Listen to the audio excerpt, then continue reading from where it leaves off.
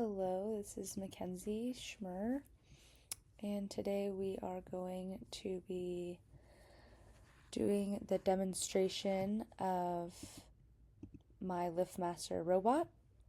So for reference, here we have our little 3D model I made of our LiftMaster robot. You can see that we have our scissor lift right here, and then if you take a closer look, what we're going to be looking at in Tinkercad, our Arduino and our battery will be all inside of the LiftMaster robot, so it'll be all inside right in here is what we're going to be taking a look at today.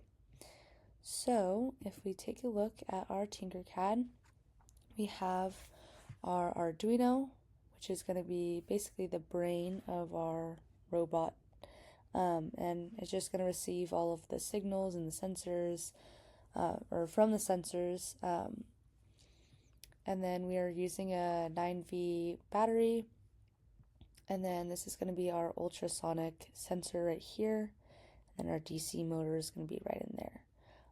So our ultrasonic sensor is going to be what measures the distance between the robots and any objects that may come across it, and it'll just send out sound waves, and and then we can take a look at my code that I created. This is going to be just a layout of how I built my code for my robot here. So if we start the simulation, click right here, and you'll notice that the DC motor right here is moving. That motor's moving. You can see the flashing right here.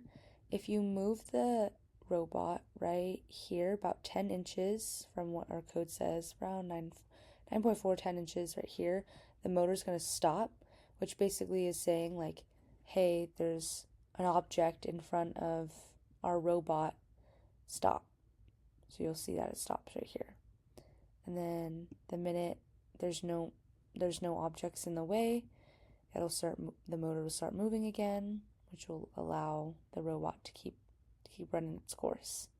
So about 10 inches from the robot is when it'll stop if there's an object 10 inches by our robot. So again, you'll take a look right there. Just like that.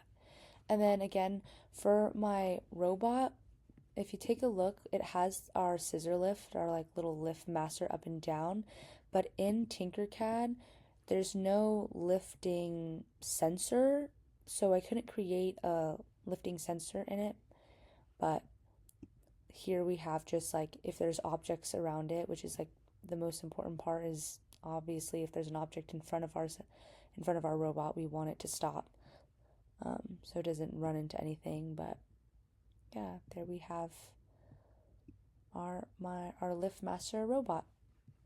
Thank you.